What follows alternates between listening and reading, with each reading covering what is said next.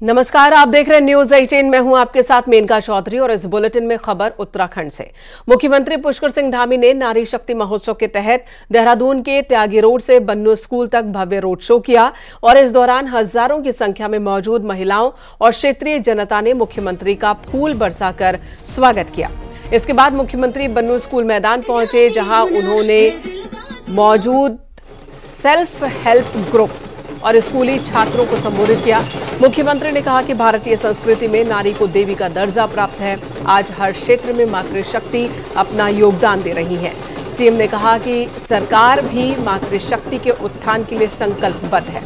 इस दौरान अपने अपने क्षेत्रों में विशिष्ट कार्य करने वाली पद्मश्री बसंती बिष्ट, माधुरी बर्थवाल, दून यूनिवर्सिटी की वीसी सुरेखा डंगवाल, ओएनजीसी की डायरेक्टर सुषमा रावत, बाल आयोग की अध्यक्ष गीता खन्ना, राज्य महिला आयोग की अध्यक्ष कुसुम कंडवाल समेत करीब 22 महिलाओं को सम्मानित किया गया।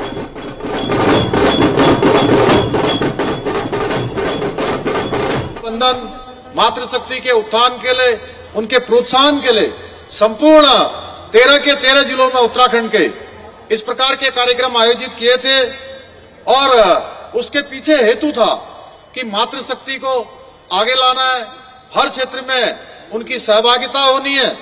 और हम सब जानते हैं कि उत्तराखंड राज्य निर्माण से लेकर उत्तराखंड को आगे बढ़ाने में, विकसित उत्तराखंड के स्वप्न को साकार करने में आप सभी का बहुत महत्वपूर्ण योगदान है।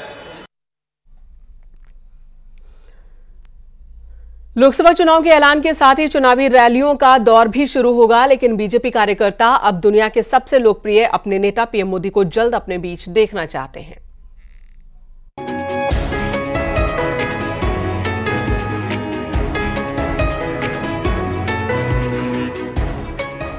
लोकसभा चुनाव में बस कुछ दिन और बचे हैं और चुनावी माहौल गरमाने लगा है। बीजेपी कार्यकर्ताओं में पीएम मोदी को लेकर जबरदस्त दीवानगी देखने को मिल रही है।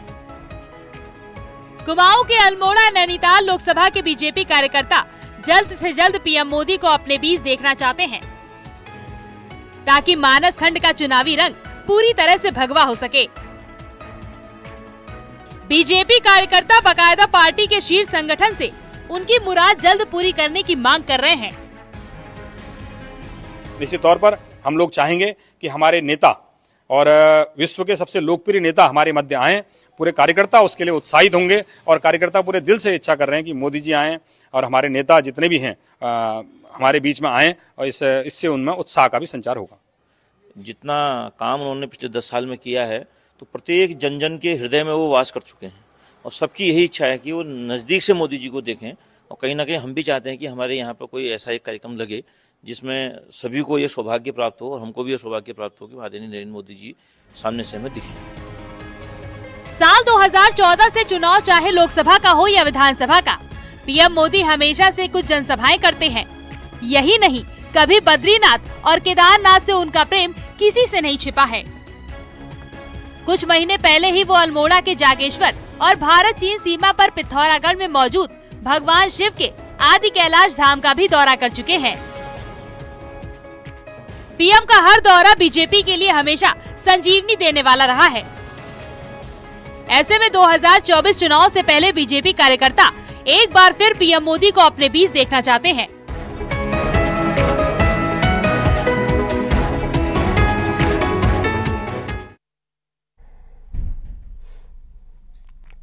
और उत्तराखंड की 5 लोकसभा सीटों पर कांग्रेस के ज्यादातर नेता टिकट से कन्नी काट रहे हैं, लेकिन इस बीच कांग्रेस के हल्द्वानी से विधायक और कांग्रेस के कद्दावर नेता रही स्वर्गीय इंदिरा हृदयेश के बेटे सुमित हृदयेश ने बेहिचक चुनाव लड़ने की बात कही। साथ ही सुमित ने बड़े और सीनियर नेताओं को नसीहत भी दी है कि मुश्किल वक्त में आगे आए और चुनाव लड़ने के लिए जज्बा दिखाएं।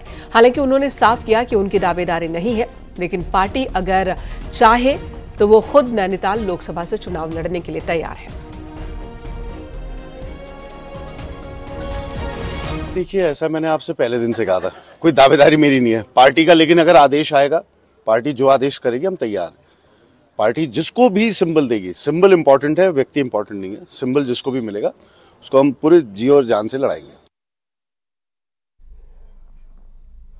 अल्मोड़ा के मॉल रोड में सीवर पाइप डालने से सड़क की हालत खस्ता हो चुकी है, लेकिन 2 महीने बीतने के बाद भी जल निगम और पीडब्ल्यूडी रोड को नहीं बना पाए, जिसकी वजह से यहां लोगों को परेशानी हो रही है। इसी मुद्दे को उठाते हुए कांग्रेस विधायक मनोज तिवारी ने कार्यकर्ताओं के साथ सड़क पर धरना दिया। जल्द ही सड़क को बेहतर करने की मांग की है, जिसके बाद विभाग हरकत में आया और सड़क को ठीक किया जा रहा है। रानीधारा जो लिंक मार्ग है, विगत कई वर्षों से उसका सीवरेज आधी पड़ी हुई है और उसको पूर्ण किया जाए। उसके साथ साथ जो वहाँ पर लगातार वो मार्ग क्षतिग्रस्त है, पैसा होने के बावजूद भी उसको निर्माण कार्य नहीं किया जा रहा है। उसके साथ साथ जो जाखन देवी में सीवरेज का काम हुआ था, 1 माह की अवधि इन्होंने मांगी थी कि 1 माह में हम इसको दुरुस्त करके यातायात को सुचारू कर देंगे।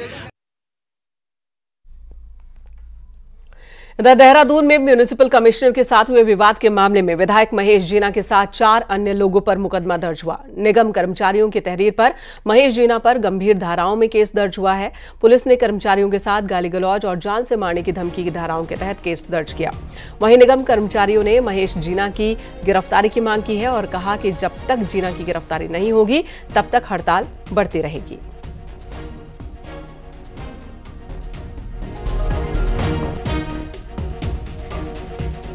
अल्मोड़ा के सल्ट से बीजेपी विधायक महेश जीना इन दिनों देहरादून में सुर्खियों में हैं। 2 दिन पहले नगर निगम में कमिश्नर के साथ अभद्रता के मामले में जीना पर केस दर्ज हुआ और पार्टी ने भी जीना को संयमित रहने के लिए कहा, मगर अब विधायक जीना के समर्थन में खड़े हो गए हैं।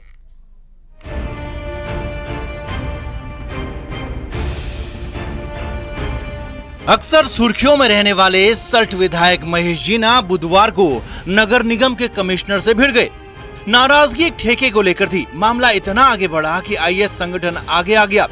नगर निगम के कर्मचारी हड़ताल पर चले गए और आखिरकार मुख्यमंत्री पुष्कर सिंह धामी की नाराजगी के बाद विधायक और उनके 4 समर्थकों पर केस दर्ज कर लिया गया। आरोपी विधायक मीडिया से दूर हैं, लेकिन बीजेपी के दूसरे विधायक खुलकर उनके पक्ष में खड़े हो गए। इनमें एक दुर्गेश्वर लाल हैं, जो इसी साल जनवरी में मंत्री सुबोध उनियाल के घर के बाहर धरने पर बैठ गए थे। प्रतिनिधियों का अधिकार है अपनी बात रखना, और अगर उस बात को अगर अधिकारी या कोई कर्मचारी गलत लेता है तो वो भी दुर्भाग्य है। उनको उस बात पे महत्ता देना चाहिए, उसका सम्मान होना चाहिए, क्योंकि विधायक भी अपने में एक प्रोटोकॉल का व्यक्ति होता है और लाखों लाखों जनता उसको चुन के भेजती है। अधिकारी इंपॉर्टेंट नहीं है, अधिकारी सरकार नहीं बनाता है। अधिकारी की वजह से कोई सरकार नहीं चलती। वो जो सरकार चलती है वो विधायकों की वजह से चलती है। कोई भी नेता, वो चाहे मंत्री हो, चाहे मुख्यमंत्री हो, चाहे विधायक हो, उसको जनता चुनती है। तो हमारे लिए तो, मेरे लिए तो मैं कहता हूँ, मेरे लिए जनता सर्वोपरि है। हालांकि पार्टी की तरफ से विधायकों को हिदायत दी जा रही कि वो संयमित व्यवहार करें और यही चुनावी वक्त का तकाजा भी है। तो मैं यही अपील करना चाहता हूँ कि सबको संयमित होकर के चलना चाहिए और जो नियम और जो व्यवस्थाएं हैं, उन व्यवस्थाओं को अनुपालन करने का पहला जो जिम्मेदारी है, जो पहला कर्तव्य है, वो प्रमुख लोगों का, वरिष्ठ लोगों का बनता है। उत्तराखंड में अफसरों की मनमानी की खबरें अक्सर आती रहती हैं और दबी जुबान में विधायक भी मानते हैं कि अफसर जनप्रतिनिधियों को तवज्जो नहीं देते, उनकी बात नहीं सुनते और इसीलिए कई बार हालात बिगड़ जाते हैं। अब एक बार फिर विधायक और राज्य के अफसर आमने सामने हैं।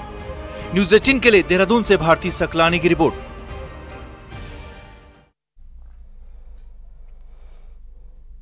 देहरादून में ग्राम विकास अधिकारी के पद पर चयनित अभ्यर्थियों को नियुक्ति पत्र वितरण कार्यक्रम में सीएम धामी ने शिरकत की, जहां सीएम धामी ने 400 ग्राम विकास अधिकारियों को नियुक्ति पत्र दिया। नए चयनित ग्राम विकास अधिकारियों को नियुक्ति पत्र देने के बाद सीएम ने सभी को शुभकामनाएं भी दी। आज के इस नियुक्ति पत्र वितरण कार्यक्रम का दीप प्रज्वलन कर विधिवत शुभारंभ करने के लिए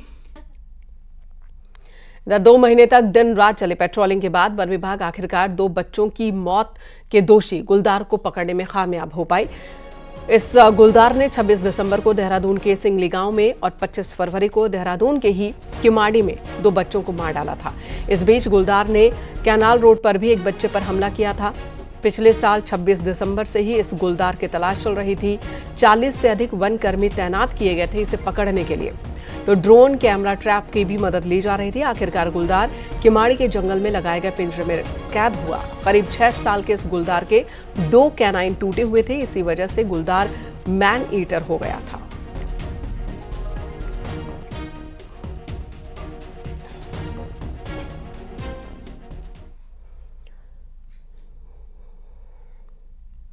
उत्तरकाशी के बड़कोट के नौगांव टैक्सी स्टेशन पर अचानक एक पेड़ कई टैक्सियों पर गिर गया। पेड़ गिरने से लोगों में हड़कंप मच गया। गनीमत रही कि टैक्सी के अंदर बैठे लोग बाल बाल बचे और हादसा होने से टल गया। वहीं पेड़ गिरने से जाम की स्थिति भी बन गई। मौके पर पहुंची पुलिस टीम ने कटर मंगवाकर पेड़ कटवाया, तब जाकर रोड खुल सकी।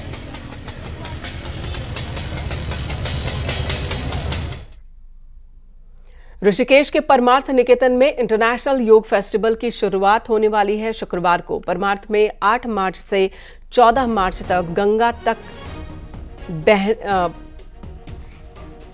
गंगा तट पर बहेगी भारतीयों की योग धारा। इस नाम से प्रोग्राम होगा। 75 देशों के 1200 से अधिक योग साधक इसमें हिस्सा लेंगे।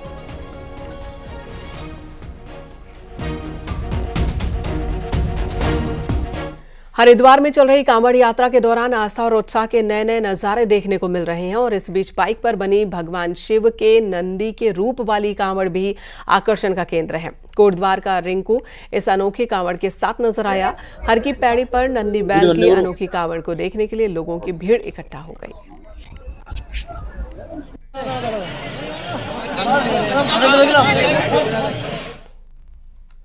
और अब पहाड़ की 10 बड़ी खबरों पर नजर डालते हैं। अल्मोड़ा पुलिस और एसओजी ने भारी मात्रा में अवैध रूप से लाई गई शराब को जब्त किया। कोटद्वार में कई चोरियों के मामले में फरार चल रहे आरोपी को पुलिस ने गिरफ्तार किया। लकड़ी पड़ाव से आरोपी राजू शुक्ला को पुलिस ने धर दबोचा।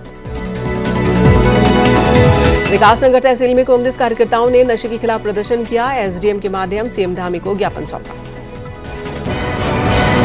पिथौरागढ़ के गुंजी में कैलाश धाम का शिलान्यास होते ही इसका विरोध भी शुरू हो गया। गांव वालों ने गुंजी से धारचूला पहुंचकर एसडीएम के सामने विरोध जताया। अल्मोड़ा की लंबागढ़ पुलिस ने 1 किलो चरस के साथ एक तस्कर को गिरफ्तार किया जो पहाड़ से चरस खरीदकर मैदानी इलाकों में बेचता था।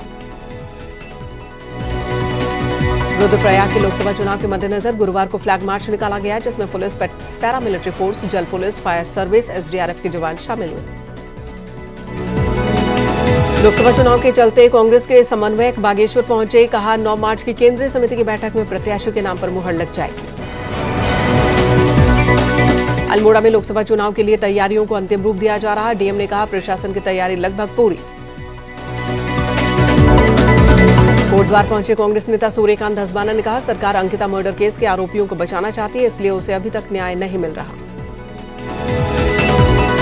जोशीमठ संघर्ष समिति ने कहा कि बीते 1 साल सरकार के सामने अपना पक्ष रखा गया, जिसके बाद सरकार ने भी अपने कई बिंदु बताए। जल्द ही जोशीमठ के हित में फैसला लिया जाएगा। यहां रुकेंगे एक ब्रेक के लिए, खबरें जारी हैं।